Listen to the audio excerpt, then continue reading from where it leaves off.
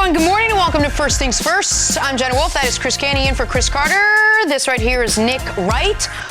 We have a great show for you today. Let me get that out of the way. One cough, no more. Could it be, should it be, would it be? I got $10,000 that says I'll take the over on that. Really? Absolutely. Yeah, but I hope I'm wrong. I hope I have to pay. So much pressure on my lungs this morning. I hope you didn't take the over on Syracuse last night. Oh, wow. That was early for that. I had to take it there, man. Listen, Chris Canty's a proud UVA alum.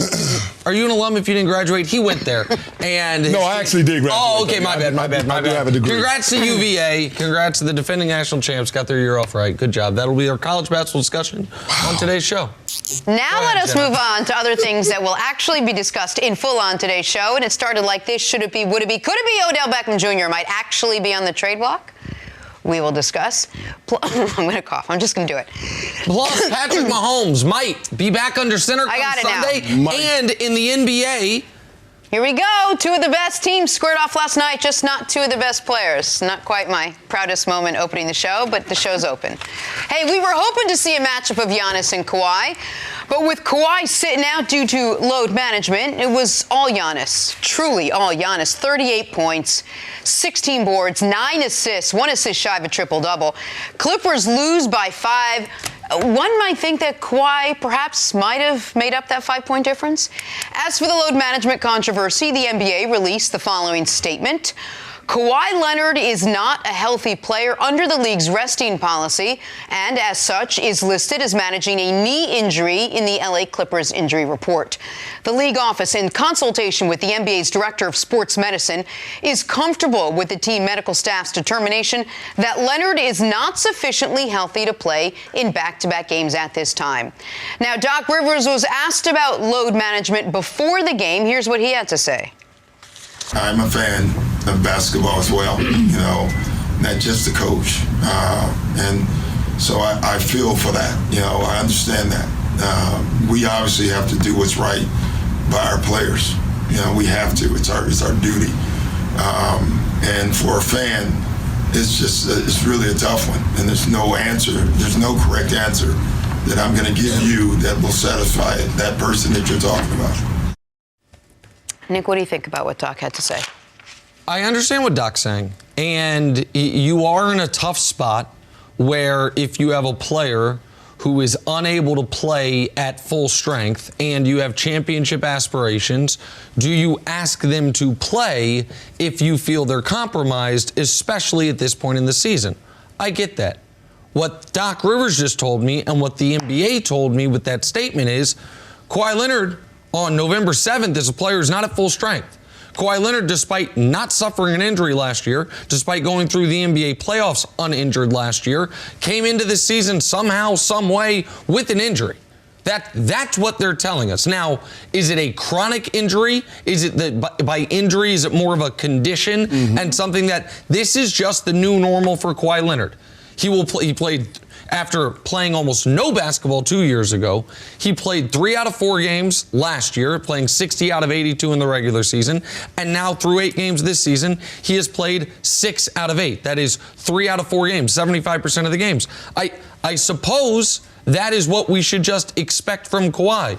Unfortunately for Kawhi, that removes him from the discussion of best basketball player alive. Bill Walton, once upon a time, had a claim he was actually the best basketball player alive. Guy couldn't stay healthy. Now, this is not to the Bill Walton level, obviously, but Kawhi Leonard's 28 years old. He's in year 9, and his team desperately needs him. It is as simple as that. The Clippers this year, when Kawhi has played, are 5-1. When he has not, they are 0-2. Paul George has real, legitimate injury concerns. He had shoulder surgery on his left and his right shoulder last year, or this offseason, so he's not available to them yet. Soon. And, well, we hope. We hope that he will be back soon, and we hope that when he comes back, he'll actually be able to play. But Canty, I tried to sound the alarm on this last week, and people thought I was trolling Kawhi Leonard when it was not even Halloween, and he was already load managing. We now know that the alarm I was sounding last week is a legitimate one. He is going to be doing this all season long. He will not play in back-to-backs. It would be shocking if he plays 70 games. What that means to others on how they rank him is up to them, I suppose. But it's bad for the Clippers, and obviously it's bad for the fans. Well, I think it takes him out of the conversation for best player alive during the regular season. Now, that's going to change once we get to April and we're talking about NBA playoffs. And we saw there was no bigger star in the NBA last year in the playoffs than Kawhi Leonard. So the one thing that we don't know is whether or not the medical condition that he's dealing with, the degenerative knee, is something that is indeed a condition as opposed to Kawhi Leonard just needing rest. But the one thing I have to say about that is I have to defer to the player. If the player says that he's uncomfortable doing that and he's uncomfortable playing in back-to-back games, then I don't see how the Clippers or the NBA league office can force Kawhi Leonard to go out there and play. To me, that part of it just doesn't make any sense. Clearly, the Clippers are in a situation that they need him right now. They traded away a lot of their depth to bring back Paul George. Yep. No Shai Gilgeous-Alexander. No Danilo Gallinari. So it's going to be a different team if you don't have Kawhi and PG-13. You see it. With Kawhi out of the lineup, they have a -9 differential in terms of points in their losses. So I look at it in terms of this. Kawhi Leonard, we know what he's going to be once we get to the postseason. It's just a matter of the Clippers positioning themselves throughout the regular season to make sure that they're one of those top 4 teams in the West. Because I do think it's important in the tougher conference to make sure that you host the 100%. first round, you have home court advantage. And I would just real quick follow up on that, Jenna. I would say it's important that you're one of the top 3 teams in the West because there's 5 outstanding teams out West. 2 of them going to have to play each other in that first round. So if you have Lakers, Clippers, Jazz, Nuggets, Rockets, one of those teams is going home after the first round because it'll be the 4-5 matchup. So I would say while I agree with you, it's top 4, top 3 this year seems extra important. If there's anything I've learned from being on this set and talking basketball, it's all that matters in the NBA is the postseason and what you do in the postseason. If it was the Warriors and they wanted to take a couple games off across that 82, no problem as long as they get to the postseason. And I would argue that you said the team desperately needs him. I mean, they only lost by 5 points to one of the best teams in the East, if not the best team in the East, with probably the best player in the East. Could something be said for the fact that maybe they do have a deeper team and Paul George will be back soon and they will be able to manage this load management issue, if you will, by what can be said is they'd have won last night if Kawhi would have played. They wouldn't right now be the 8th seed in the West if Kawhi would have played. And now, fine, this is who Kawhi Leonard is at 28 years old. That's a shame. It's unfortunate. Evidently, that at 26 years old, he had to miss a whole season. At 27 years old, he could only play 60 games. At 28 years old, he's going to be on the same track. But the postseason point's an important one. And I just want to remind America that the idea that with Kawhi Leonard healthy in the playoffs, you're just coast to a championship.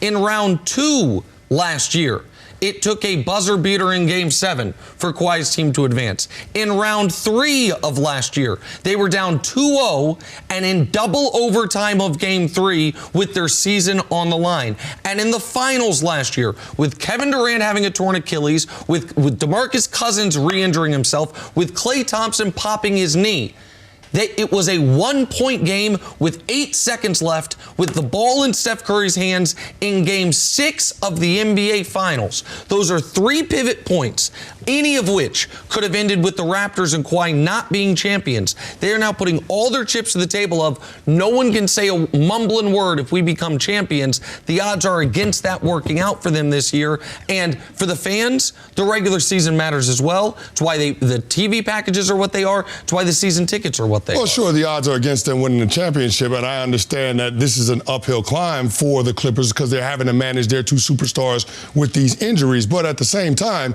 the point that you made about the close games that were played in the Eastern Conference playoffs last year, I mean, that just speaks to why the Clippers want to manage Kawhi during the regular season because they want him at his best when it matters the most. And for the individual player, I think that all of the guys that are in the conversation for best players alive right now recognize that they have to have longevity and they have to have jewelry in order to be considered one of the people that should be in the pantheon of basketball when their careers are over with. So I understand what Kawhi Leonard is doing. He's trying to set himself up to be in that conversation for one of the best to have ever done it. I get it.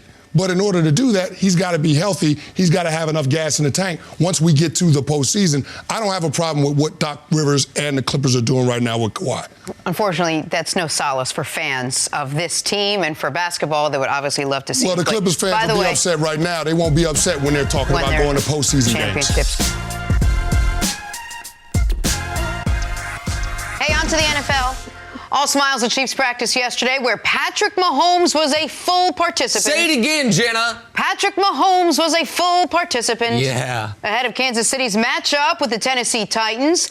The reigning MVP has been on the sidelines the last 2 weeks after dislocating his kneecap back in Week 7. Chiefs went 1-1 with him out of the lineup. But despite yesterday's progress, head coach Andy Reid said KC will be cautious with their quarterback.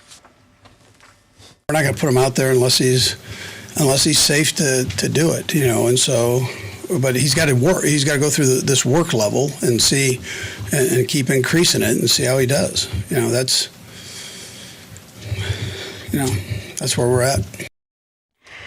Kenny, we talk about this thing that at this point in the season, players are very rarely 100% healthy when they take the field on Sundays. But should the Chiefs, in this particular instance, let Mahomes out there if he isn't 100%? Well, if he isn't 100%, Andy Reid and the medical staff have to make sure that Pat Mahomes is healthy enough to protect himself when he goes out there on the football field. What I mean by that is this. When you're out there on the football field in a game setting, players are reading and reacting. And so Pat Mahomes instinctually might have certain movements that he's accustomed to, being able to break, contain, get out on the edge, outside on the defense, and be able to buy time for his receivers to get separation downfield. But if that knee isn't completely healthy, then you run the risk of re-injuring it, having another dislocation of the kneecap, or worse, you could compensate and injure something else. So I think that there are some serious questions that Andy Reid and the Chiefs medical staff have to answer.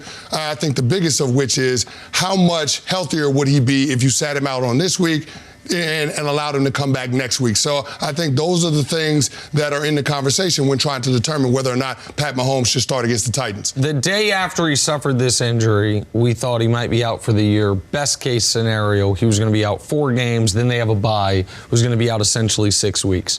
Then we found out that Patrick Nee's knee is, for lack of a better term, double jointed. There was no ligament damage whatsoever. And we started speculating, wait, how early could he come back? On that Monday and on right here today, I circled the game at the Tennessee Titans that they would be playing this weekend. And he's going to play the game at the Tennessee Titans that they're playing this weekend, and he should. Jay Glazer reported this past Sunday morning that he had spoken with a doctor that with this specific injury, within 21 days, the chance of re-injury is 40%. Outside of those 21 days, it drops to 10 to 15%. This Sunday will be day 24. Patrick Mahomes will play. He should play. And by the way, you might see a better version of Patrick Mahomes than you saw even before the knee injury, because what was hampering before the knee injury was an ankle injury that he kept re-injuring, that kept getting stepped on or rolled up on. And now he has had 24 days since he last played, or he will have had 24 days to get back, to get the ankle healthy. Now, I'm squeamish in this regard. They haven't had their Pro Bowl left tackle Eric Fisher, former #1 overall pick, throughout the majority of the season. He still is not practicing. He had the core muscle surgery that Deshaun Jackson had recently. He had it very early in the season. So they're probably going to be without him. They might be without Dr. Duvernay Tardif, their right guard, who had missed this past week's game as well. So the offensive line is going to continue to be somewhat compromised. But Patrick Mahomes is going to play. Patrick Mahomes should play. And with the Chiefs getting healthier, not just on offense, but also on defense with Chris Jones, they become an incredibly dangerous team the moment the best player in the league steps back on the field. Well, before we open it up to how good the Chiefs are going to be when he's back, are we going to see the Patrick Mahomes we saw before? Are you going to see less plays from him? Are you going to see make sure he stays in the pocket? Are we going to see a different game plan for Patrick Mahomes? If you're Andy Reid, how do you game plan that? Well, if I'm Andy Reid, I want to see the Pat Mahomes that we all know and love, the guy that won the MVP last year. If there are any limitations and he can't go out there and play his game, then I'm not going to put him on the football field, because the extent that I can protect him is not putting him out there. But if they put him out there, then they've got to trust that the player is healthy and that he can be himself. So yeah, if you're Andy Reid, I'm not pulling the reins back. I'm not adjusting the play calling. Now, maybe I'm not going with a quarterback sneak, but I mean, in terms of situations and what you want to do, how that Chiefs offense looks, you have to let Pat Mahomes go be Pat Mahomes. Now, this is the first game within the 3 to 6 week window that they first projected when the initial injury happened. So I guess you could feel good about them staying to the timeline that they set out. They didn't adjust it on the fly. The fact that Pat Mahomes has been on the practice field ever since that injury occurred, that leads me to believe that he's closer to being 100% than not. Are the Chiefs the best team in the AFC when Patrick Mahomes gets back in that lineup? Here's a stat that'll shock people. Football Outsiders, which I think is the best way to, the DVOA stat, it's nerdy even by my standards, but it's a respected metric because it adjusts for opponent and all of that. The number 11 defense in the NFL this year belongs to the Kansas City Chiefs. The Kansas City Chiefs have had a gauntlet of a schedule up to this point. They have played the Ravens, the Colts, the Texans, the Vikings, the Packers, the Raiders, who are all of a sudden good. Their easiest game of the year was against Denver, a game where they saw their quarterback have his kneecap dislocated. Right. Detroit's one of their easier games. Jacksonville, that's all 9. Not a single walkover in there. Not an AFC East team, not one of these dregs of the NFC East, none of it.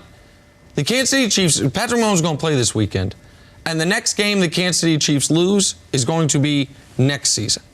They play 7 games the rest of the year. 1 game is against what I would call a high-quality opponent at New England. I believe they can go to New England and win, and I still believe they're going to win the Super Bowl. I think that they dodged as big of a bullet as one can dodge. They found a way to go 1-1, and the way they beat the Vikings, snuffing out Dalvin Cook with Chris Jones, their all-pro D-tackle, back in the lineup, was an enormous shot in the arm for this team defensively.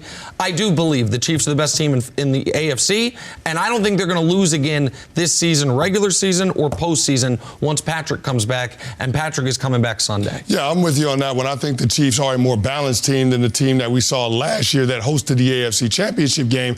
But the only question now is, are they going to be able to get one of those top 2 seeds going into the postseason? Because right now, New England is the leader in the clubhouse, followed by Baltimore, who just beat them at home. So I'd be interested to see how the rest of the season unfolds and whether or not the Chiefs are able to make up enough ground to be able to get one of those spots, because we all know it's better to be one of 4 trying to get to a championship as opposed to being one of 6 in your conference. And that's why that win they had early in the year against Baltimore looms so large, because if they and Baltimore finished with the same record, they would have the tiebreaker. It's also why those 2 losses with Mahomes to the Texans and Colts potentially loom large. If either one of those teams reels off a bunch of wins in a row, they wouldn't have that tiebreaker. But the Chiefs are going to go 13-3. They're not going to lose again. They're going to win the Super Bowl, and I'm going to be the happiest man in America. All his chips are in right now. Thursday Night Football, Chargers and Raiders. Tonight, 7:30 on Fox, in a matchup of AFC West rivals. Phillip Rivers and the Bolts coming off an upset win over the Packers, a big win. Derek Carr's terrific season is flying under the radar, though. 13 touchdowns, just 4 picks. And get this, Derek Carr's got the Raiders in playoff contention. Katie, do you see a scenario whereby the Raiders are actually a playoff team? Well, if the playoffs started today, the wild cards in the AFC are the Bills and the Colts. And keep in mind, the Raiders already got a win in the bank over the Colts. So, yeah, they're a half game back right now. So, yeah, there is a situation that they can stack some wins going on a little bit of a run. And, yeah, we can look up and see John Gruden's team in the postseason. Somehow. Now, I think that's more of a long shot. That's pie in the sky. But the fact is that this Raiders team has got it turned around, and they're getting contributions from a lot of their young players. Most notably has to be rookie running back Josh Jacobs. He has become the identity of that Oakland Raiders offense. He's in the top 10 in rushing. He has 740 yards and 6 touchdowns.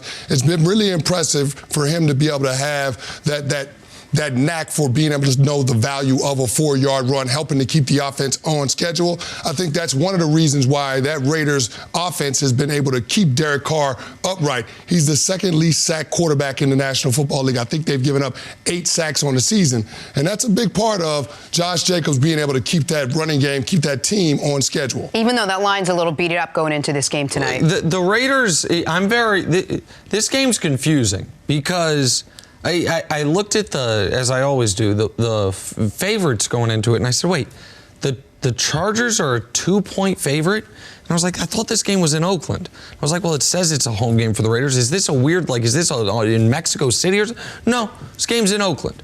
And the Chargers are the favorite? Derwin James, we just found out he's coming back, but not for 3 weeks. And I understand the Chargers finally got their kicking situation solved because they got Michael Badgley back. But the Raiders are better to me than the Chargers. The Raiders absolutely are going to factor into the playoff picture. We banged on John Gruden a lot, and a lot of it was self-inflicted, but he's got this team playing well. And what they have the next 3 weeks is after they beat the Chargers tonight, they get Cincinnati and the Jets. The Raiders are going to be 7-4 with a prime matchup coming at Kansas City in Week 13. Now, I obviously don't think they're going to win that game, but I think the Raiders will 100% factor into the playoff picture. What you have right now is Gruden was not sold on Carr. That to me was very clear by the moves he made. You trade away Khalil Mack, you trade away Amari Cooper because you don't think you can win right now, because you don't think you have a franchise quarterback, and you want to replenish the war chest of picks if you have to go get a franchise quarterback when you move to Vegas next season. And by the way, that Bears pick, it looks like it's going to be maybe the 10th pick of the draft, top 10 pick. But Carr's played really well this year. You have gotten the most that you can out of Derek Carr, a lot because you might have the offensive rookie of the year in Josh Jacobs. The defense is playing far better than it did last season. So I have to give the Raiders credit. I mean, the Raiders also have not had the easiest of schedules, and they're right there in the hunt, in the thick of things. I think the AFC South is going to beat each other up. I think the Bills are going to make the playoffs, and then there's going to be the Steelers, the Colts, Texans, whoever doesn't win the AFC South, and the Raiders are going to be competing with each other. Chargers are saying, hey, if we win tonight, we're right back in it. I don't think they will. Yeah, the Raiders are a viable playoff team this season. Absolutely. I think something to talk about the line, the Chargers are coming off a big win over the Packers that everybody watched. Melvin Gordon had his best game of the season so far since coming back. You almost feel like they're finally getting themselves together, and maybe that could factor into why they are favorites in this. Maybe that could be a factor, but to Nick's point, the Raiders have been far more consistent, far more competitive than the Los Angeles Chargers, so that's why I would give them the edge. I mean, they showed up in Green Bay. Now, granted, things didn't go their way, but if Derek Carr doesn't fumble that ball at the pylon, maybe we're talking about a different ball game in terms of the complexion of it. So the Raiders have been right there in all of these games. They have, to me, been the more impressive of the two teams. Now it's just a matter of, okay, can our offensive line with Trent Brown and Rodney Hudson banged up do enough to protect us against that Chargers pass rush with Melvin Ingram and Joey Bosa? And one of the things that I saw that was interesting that the Chargers did, they put Ingram and Bosa on the same side to try to give those guys one-on-one matchups. And you saw Melvin Ingram go to work as a defensive tackle. So they're going to have their work cut out for them in terms of trying to devise a scheme and a protection to keep Derek Carr clean. But, I mean, I trust John Gruden to be able to come up with that. A big part of that is going to be staying on schedule, and that means giving the ball to Josh Jacobs. And the Chargers, I'm done being fooled by the Chargers. I knew you were The gonna say Chargers that. last year was the outlier year where they actually finally played up to their potential. The Chargers for the last decade, when they are finally, it looks like they're putting it together, they lay an egg, and when it looks like you leave them for dead, they have a game where they dominate the Green Bay Packers. It's weird saying it with a John Gruden coach team, but I trust the Raiders more than I trust the Chargers. And so, yeah, I think the Raiders will win tonight, and the Cincinnati and the Jets are not viable competition. The Raiders are going to go into that Chiefs game 7-4 with the belief being, hey, could they take the lead in the AFC West?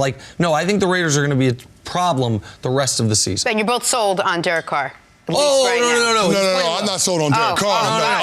I'm sold on what John Gruden is doing with Derek Carr as his quarterback. You are getting, as to use one of my favorite phrases, you are getting the most juice out of that berry as you possibly can, but I just don't know how good that berry actually is. To the Browns now. It's hard to imagine back in August that a team with so much talent could implode the way they have, while adding insult to injury, speculation that Odell Beckham Jr. could be on the trade block. Bleacher Report spoke to anonymous team officials who said teams could come calling if they keep losing. Quote, the vultures will be circling if the Browns keep sucking. Nick, should the Browns actually consider trading OBJ this offseason? I want to make this clear because I have a relationship with Odell. I've not talked to Odell about any of this. This is just my opinion exclusively. Man, I hope teams come calling. I want to see Odell play with a good quarterback. I thought you'd like to see him play. I thought he was going to get his first opportunity. Now, Eli once upon a time was a good quarterback. Yes. Once Odell got there, he was on the back end, and by year 3 for Odell, Eli was finished, and they just were continuing to trot him out there. Odell has never had a season where his quarterback was above league average in passer rating. Never. Despite the fact that when you target Odell, this year notwithstanding, because Baker's numbers are bad targeting anybody, Eli's passer rating was like 115 when targeting Odell, and in the 70s when targeting, even having Odell couldn't bring that up above league average. All the great wide receivers get at least a moment in their career with a great quarterback. You know, our friend Chris Carter, he talks about, when did he set the NFL record? When Warren Moon was his quarterback those 2 years. Fitzy has always been great. When was he at his best? When he had Kurt Warner briefly. Randy is an all-time great, but Randy in the very beginning when Randall Cunningham was an MVP caliber quarterback, and then the 07 season when he had Tom Brady. Like, Julio's always had Matt Ryan, and we can pick apart Matt Ryan, but Matt Ryan at his best is excellent. Yep. AB had Big Ben.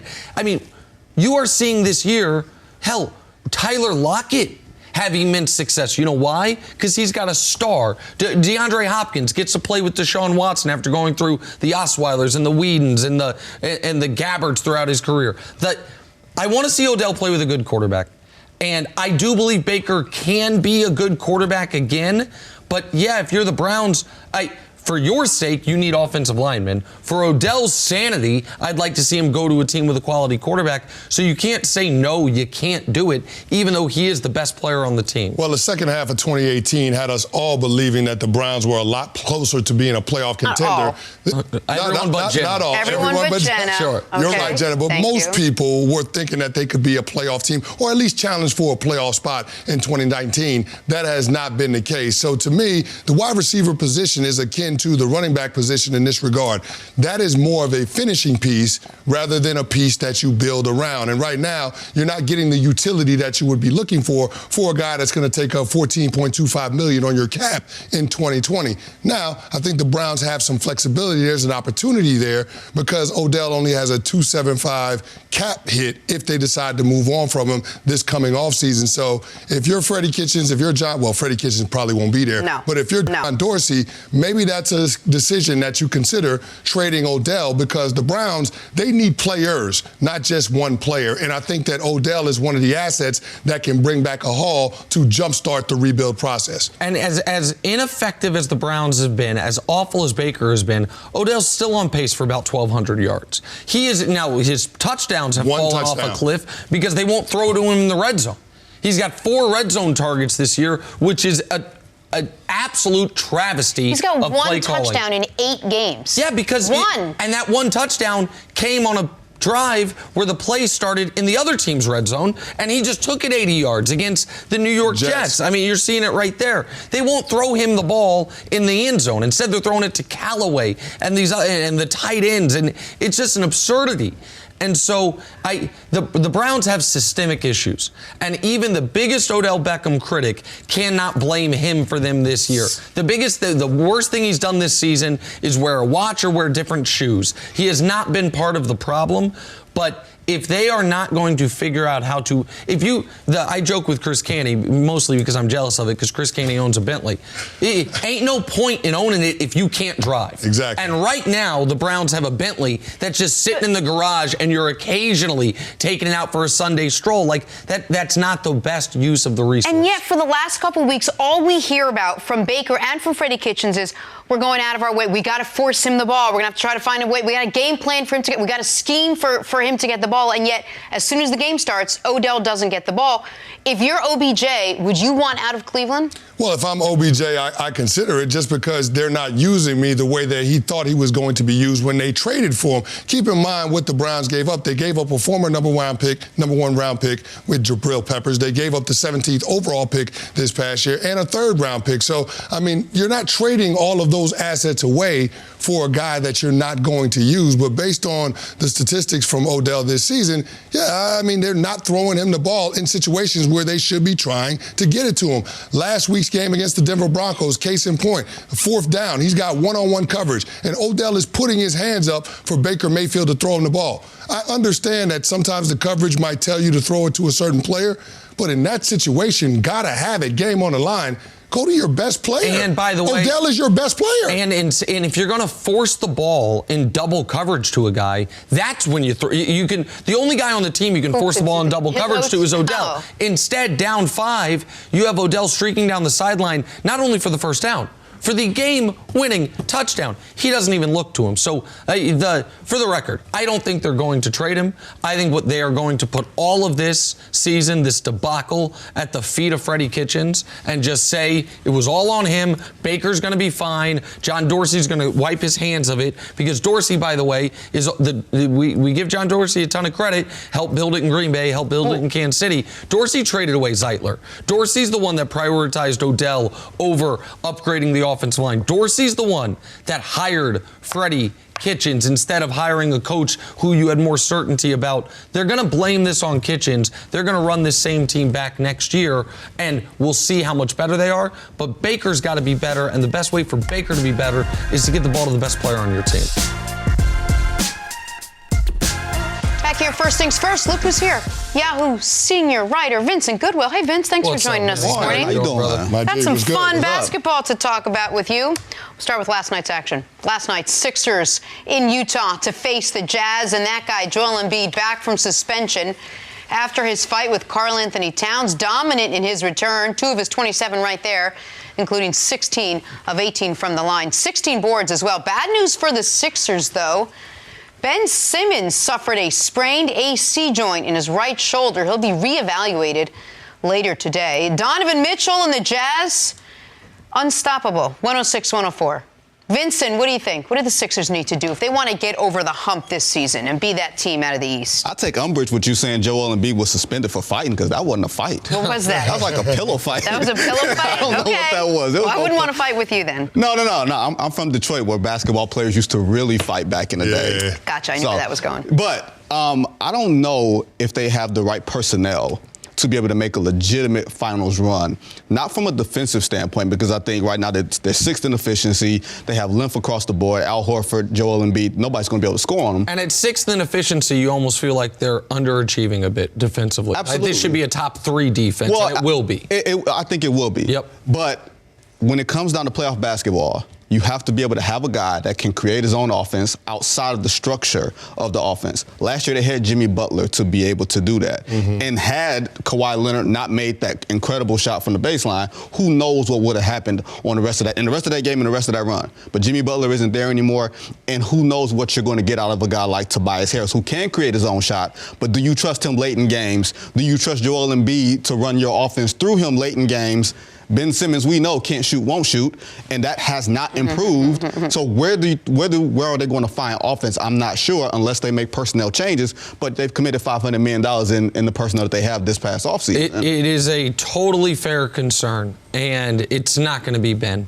Like the AC joint injury, regardless. And I hate to be at this place with him, but he refuses to evolve his game. No matter how many videos we see of the fact that he doesn't have that ugly of a shot. Like, hell, Giannis's shot is ugly. Like, his three-point shot, there's a hitch to it. It takes forever to get going, but he will shoot it. And even though he can't be shooting 18% as he was going into last night's game, but he will at least attempt it, so you can't just stay off 10, 15 feet from him.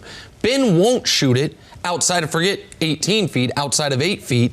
And so that has been the issue with them, the question with them.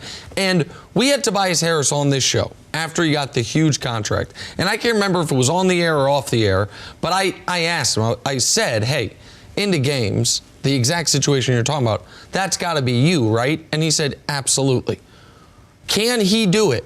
Tobias Harris is an awesome player that a bunch of teams have said we don't need. Like Tobias Harris on the Magic, was on the Clippers, on the Sixers. I like Tobias as a player, but when he gets paid the way he got paid, when he slides into that spot that in place of Jimmy Butler, it has to be him, because it can't be one of your big men, can't be Horford or Embiid. It's obviously not going to be Josh Richardson. If it is, then you're in bad shape. Like, and the guys they don't have that much depth because they have allocated so much resources to the front court. I like the rookie they got, Thibault, but he's a one-way player. He's a spectacular defensive player even as a rookie, but he's got no offense whatsoever. So the only guy he can be is Tobias Harris. And if there's only one option, and the whole league knows it, and it's an option that's probably not really what he's best suited for, it is a legitimate concern. I still think they're the second best team in the East. I believe in them more than I believe in Boston. I know some people are higher on Boston than I am this year. Boston's a nice story. They're not as good as Philly. But how do you get through Milwaukee if you don't have that guy? I don't know if you can. And I think last night's game proves Vince's point, because you're talking about a 4-point game until Donovan Mitchell takes over, and he's the catalyst for that team going on that 12-2 run in the second half, which really created that separation. So, yeah, the Sixers are going to have to find somebody that can get them a bucket in clutch time. I don't think it can be Joel Embiid. You haven't seen historically a lot of big men in NBA history be that guy in that critical moment late in the game to take that shot.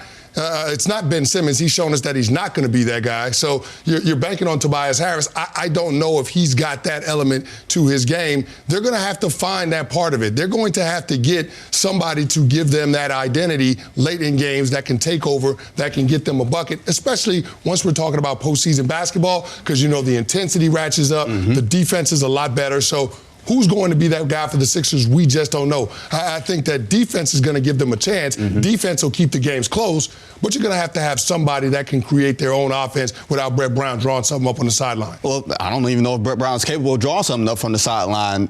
I'm not saying that he's not a good enough coach, but when you get to where the margins are thin, is he going to be that much of an advantage over Mike Budenholzer, over an Eric Spoelstra in Miami, over a Brad Stevens? Like, the East is a little bit different this year at the top than it was last year, where we know Miami has a guy in Jimmy Butler in a 7-game series who's going to go out and get his own. Boston has a few guys that, let's say Jason Tatum has taken his next step. Let's say Gordon Hayward is fully recovered. Let's say Kemba Walker is Kemba Walker. You have 3 guys. Now, Joel Embiid is supposed to be that guy. If he's the franchise, and he's supposed to be this 30-point MVP candidate, which I believe he is, he doesn't have a defined or refined post game. 2 moves in the counter.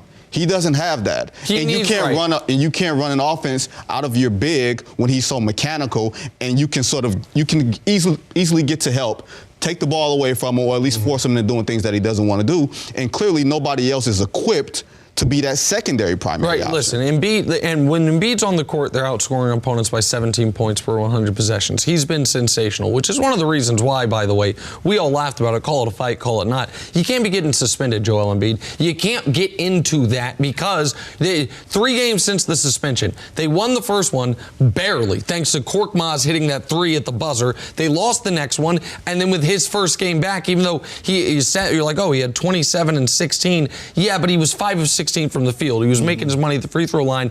They needed Joel Embiid not knocking some rust off last night. Maybe they win that game. What Embiid needs to do is pay the $50,000 or whatever Akeem's charging these days to go down to Houston for a long weekend and work on some post work on some back to the basket work. But I don't know who that guy is for Philly, and it doesn't have to be a great player. What you're talking about is they need a Lou Williams. Yep. They need Jamal Crawford, maybe not at this age, but a guy like that even if he is not your 1 or 2 option, a guy that can just break people down. What they need is the guy Donovan Mitchell's turning into. And they don't have, that is the gaping hole in their roster.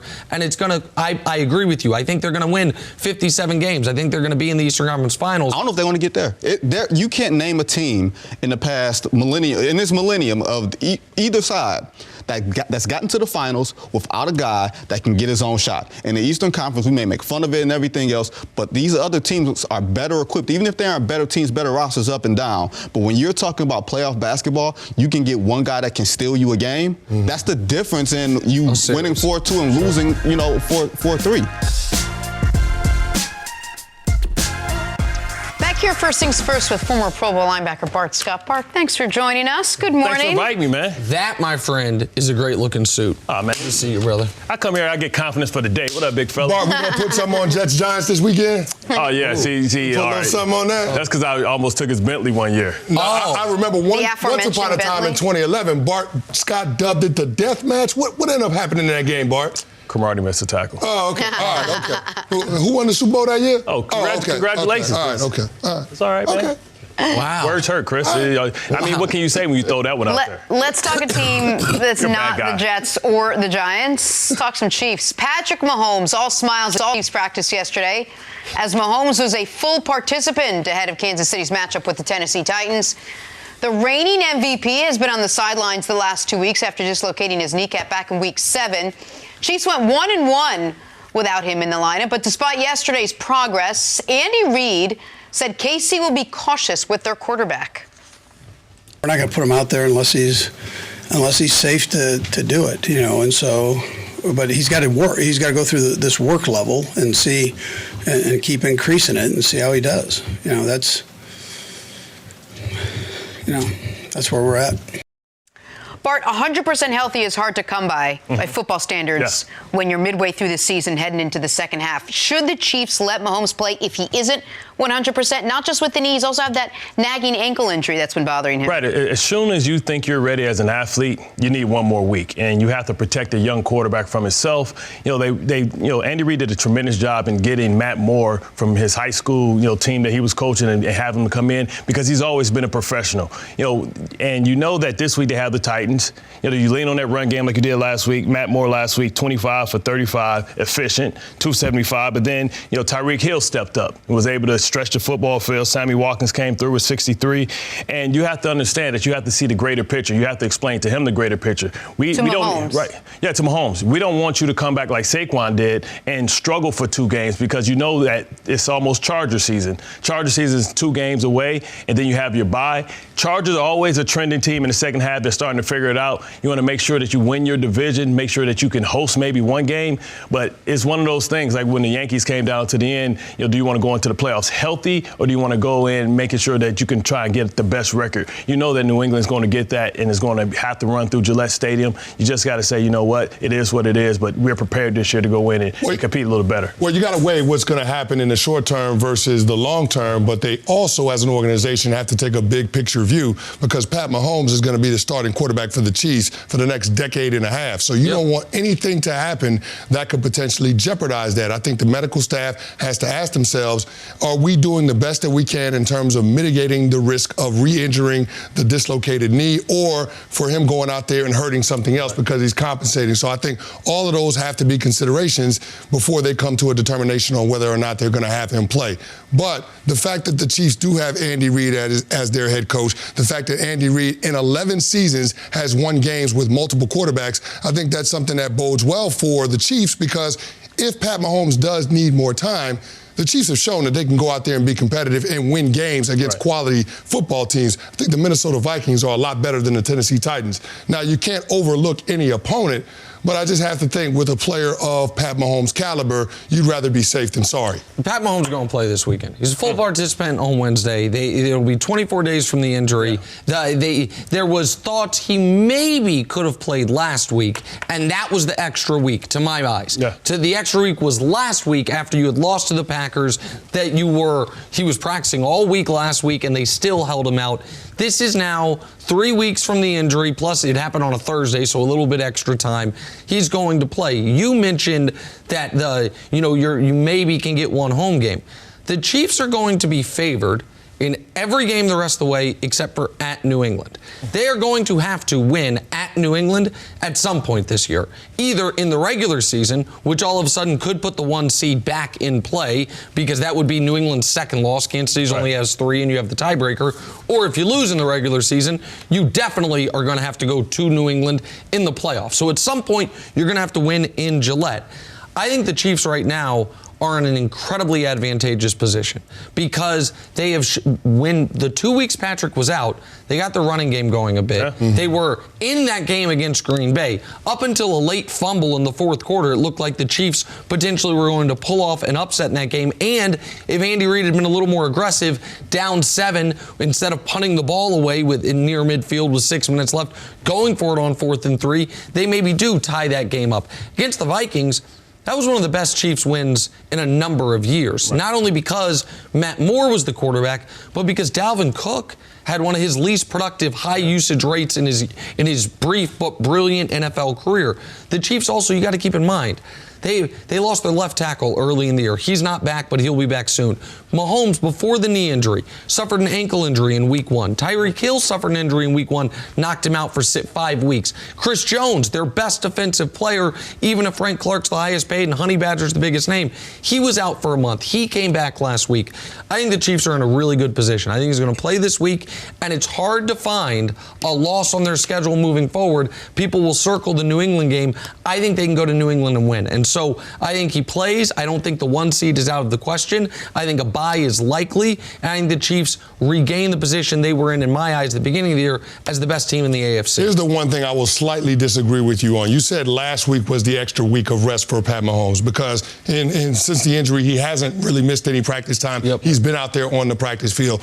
This is the first game where Pat Mahomes will be in that window of their initial diagnosis. They said when he dislocated the kneecap, 3 to 6 weeks. This is the first game within that window. So to Bart's point, saying that you want to give him the extra time, right. I think this is something that Andy Reid has to consider. You look at the competition that they have, the Titans, the Chargers. I get it, AFC opponents, one in your division, but you also have that bye week in a couple of weeks. So, I mean, and then the fact is they play that Chargers game in Mexico City. Right. We know what happened in Mexico City last year. They had to cancel the game because of the bad turf. So, I mean, that's one of those things that you have to consider.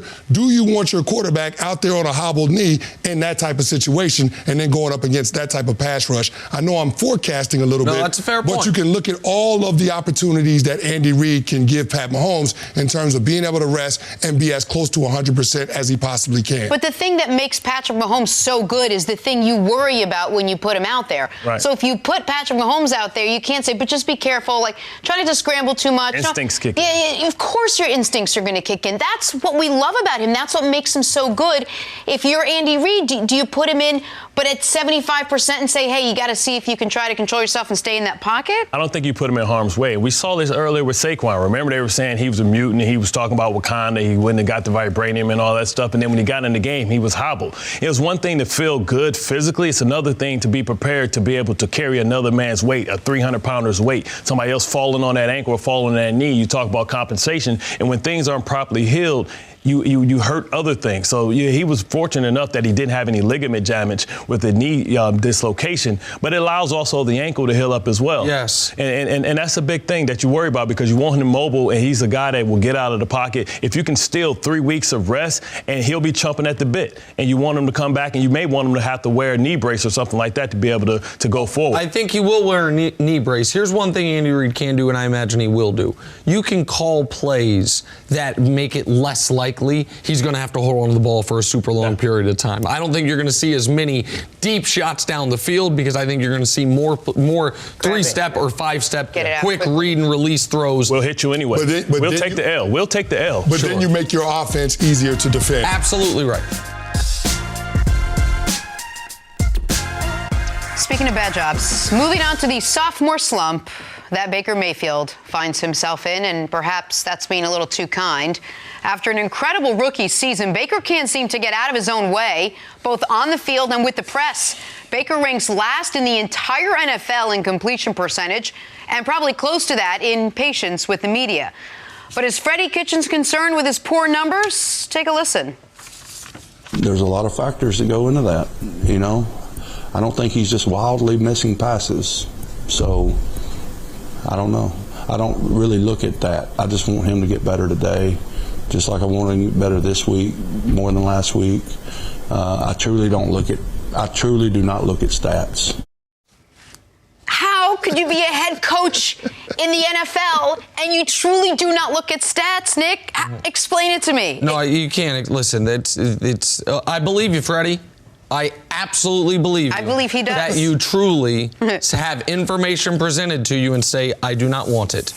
That someone says, hey, here's data and here's facts that could give you a better chance of doing your job better. And you say, nah, man, I'm going to go with the gut. Now, all stats are not created equal and all stats are not indicative of a player's true performance. We know that. Our friend Troy Aikman a couple nights ago said on Thursday Night Football he does not like at all the yards per attempt stat. I happen to think it's a very valuable and important number. So like intelligent people, I think Troy and I are both intelligent, can disagree on certain things. Sure. But when all the numbers paint a singular picture, the numbers are typically correct. Sometimes there's noise, sometimes there's signal, and the signal on Baker Mayfield is he has stunk this year. 32 teams in the NFL, right, Canty? Mm-hmm. He's 33rd in completion percentage amongst quarterbacks, amongst 33 qualifying quarterbacks, because the Titans have had 2 qualify, Mariota and Tannehill. He's 32nd in passer rating. He's first in something, to his credit, but that's interceptions. Baker's been awful. And it's not, oh, well, but the drops and this, and well, if you look at it here, and while the ratings this, the QBR's that. No, Baker has been terrible. There is not a saving grace statistic you can say, well, but how about in these circumstances? And it's indefensible in this regard. He doesn't have a good offensive line. It is not the worst offensive line in football. Mm-hmm. He might have the worst coaching situation in football, but we have seen players overcome it. Baker overcame it last year when you had your head coach and offensive coordinator both dismissed on the same day. So Freddie's saying... But he did better with all that mess and chaos and having 2 coaches or 3 coaches in interim. He actually played better. The team was better, and Baker what were has the regressed. expectations going into that second half of that season? I think once they fired Hugh Jackson, things changed. The pressure was lifted, and you're talking about them playing against inferior competition. They only had 1 win against a team that made the playoffs last year that happened to be their division opponent, the Baltimore Ravens. And they beat that same team this year. Yeah, so I think we have to be careful here in evaluating Baker Mayfield, but also Freddie Kitchens, because this was a guy that started the 2018 season as a running backs coach. They elevated him to offensive coordinator, and things went well in the second half of that year, which is why he got the head coaching job this offseason. John Dorsey didn't want to cut bait with him because he wanted to have continuity on the offensive side of the ball. And because of his relationship with Baker Mayfield. I think that's a really big part of it. Not just his offensive mind, but how Baker trusted him. And Baker, you credit probably a lot of what Baker did last year. That's what I mean by continuity. Okay. And John Dorsey went out on a limb and drafted Baker Mayfield because there weren't a lot of people that thought that Baker was the consensus #1 quarterback coming out of the draft that he had. But because he broke the rookie touchdown record with passing TDs at 27, they said, you know what, maybe we got something here. Maybe this thing can work. But they had to make Freddie Kitchens the head coach. And when you do that, you're putting somebody in a position that you don't know that they can necessarily handle it. Freddie Kitchens hasn't shown us that he's capable of managing an entire football team. He showed us he was capable of managing an offense. But when you look at the expectations for this Browns team coming into this season, obviously you would want a coach that would be able to get that team to execute at a higher level, to be more disciplined. Right now, they're struggling in both departments, and you have to look at the head coach as the problem. And no one has been able to explain to me why the Browns did not do the seemingly obvious thing, which is elevate Freddie Kitchens from interim offensive coordinator to full-time offensive coordinator. The closest I've heard is, well, someone else was going to give him a head coaching job. Who? Who are these teams that were like, oh, my God, maybe he has the greatest agent in the world. And I understand Zach Taylor got a job and nobody was talking about him, but at least he had the Sean McVay glow on him that seemed to be so important this offseason.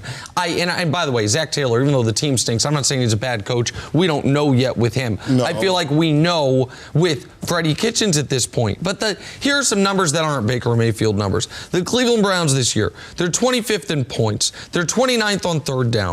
They're 25th in the red zone. They're 28th in turnovers, meaning when you want to be first in that regard. So another way to put it is they're 5th most turnovers in football. It's been an abject failure across the board. And the idea of rejecting information because it doesn't suit your preconceived narrative, that is a blight on the nation as a whole right now at this point.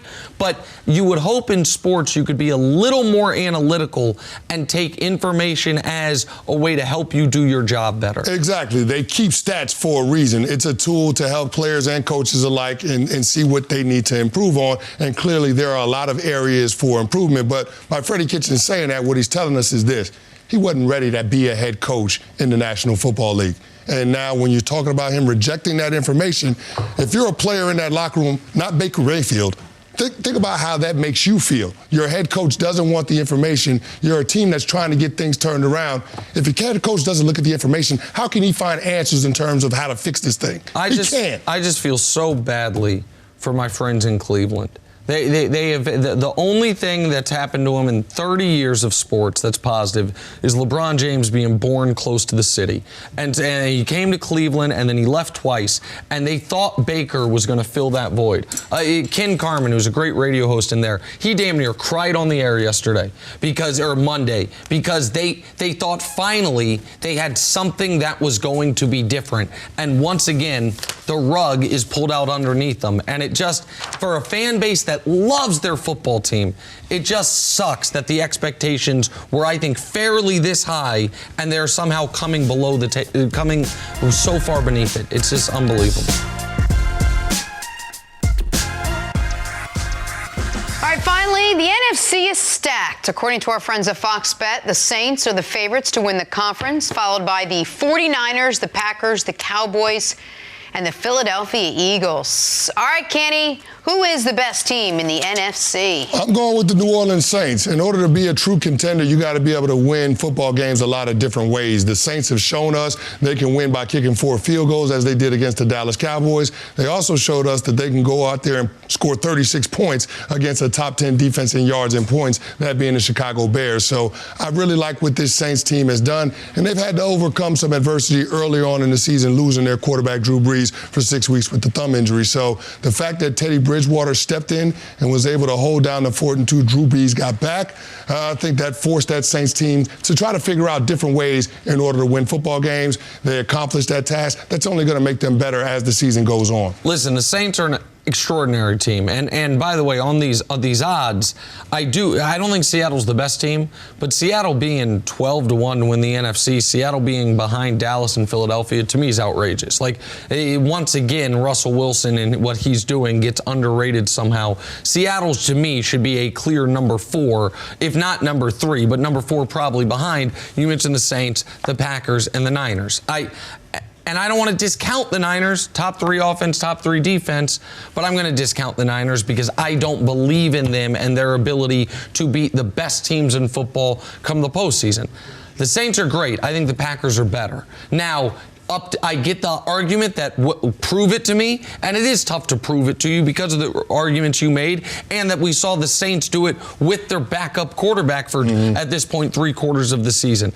The Packers had the most impressive resume of any team in football until last week, and it felt to me like they exhaled in that Charger game. And Aaron Rodgers said that too. We might have gotten a little ahead of ourselves. Well, and he didn't like the way they got there, the travel out west, and after going to Kansas City, winning that game on national television the way they did, it felt like the Charger game was a bit of a letdown, and I am willing, because of what the credibility they earned over the first 2 months, to call that an outlier game, to say, okay, listen, they will throw that game out, even though hurts their ability to get the bye, as you always talk about, hurts their ability to be the 1 seed.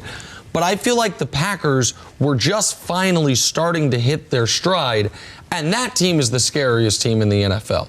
A team that doesn't have to have its offense be great to beat you, but its offense can be as great as any offense in football. The difference between the Chiefs and Packers, if we think those are the 2 most talented quarterbacks in the league, in Mahomes and Rodgers, is the Chiefs don't have a hell of a lot of paths to victory against great teams without Patrick Mahomes being the best player in the league. Agreed. The Packers have shown you, especially early in the year before Rodgers really got going, that they can beat the Bears, they can beat the Vikings, they can beat really good teams without Aaron Rodgers playing great. And when he does play great, well, then all of a sudden you're up 31-3 on the Dallas Cowboys in a game the Cowboys feel like they've got to have. So I think the Packers are the best team in football, or the best team in the NFC, pardon me. And I'm not going to argue with you too hard, because the Saints to me would be the 1A to the Packers 1, but I think the Packers are the best. Well, here's the thing. I think the Packers will be the best as this thing goes on, as they get more familiar with what Matt LaFleur wants to do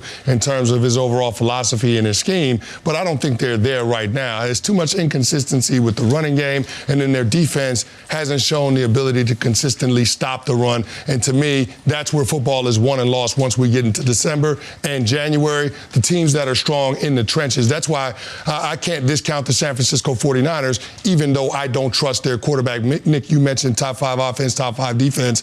The fact that offense isn't whole yet, the fact that they're going to get Joe Staley, Mike McGlinchey, and Kyle Juszczyk back at some point, I think that's only going to help Jimmy Garoppolo, who to this point in the season is the only question mark for that 49ers team. Would either of you be surprised if the Niners ended up being the best team in the NFC? Oh, I wouldn't be shocked if they ended with the best record. I'd be very surprised if they ended in the Super Bowl. And Niner fans and Richard Sherman can say, you weren't on the bandwagon, don't jump on it, keep doubting us, no problem. The Niners are better than I thought they would be. I do not believe that team, even when they get those big people back, and it's a great point that they've been doing it without Joe Staley, and Juszczyk's a huge part of what they do. Probably the best fullback in football. We don't usually talk about fullbacks, but he's excellent in his role in that Kyle Shanahan offense. I don't think they're ready to take that leap. I don't think they're ready to go from a team that's been in the dregs for a number of years to representing the NFC in the Super Bowl. We'll find out on Monday night, because they got the Seattle Seahawks, a team that has beat them 9 out of the last 10 times. But enough can't be said for what Kyle Shanahan has done with that team. He's extraordinary. Thank you for listening to the First Things First podcast. Remember, leave us a review and tell us what you think. Subscribe to the podcast on Apple Podcasts and catch us on FS1 Monday through Friday, 6:30 a.m. Eastern. For Chris Carter and Nick Wright, I'm Jenna Wolfe. So long, everybody.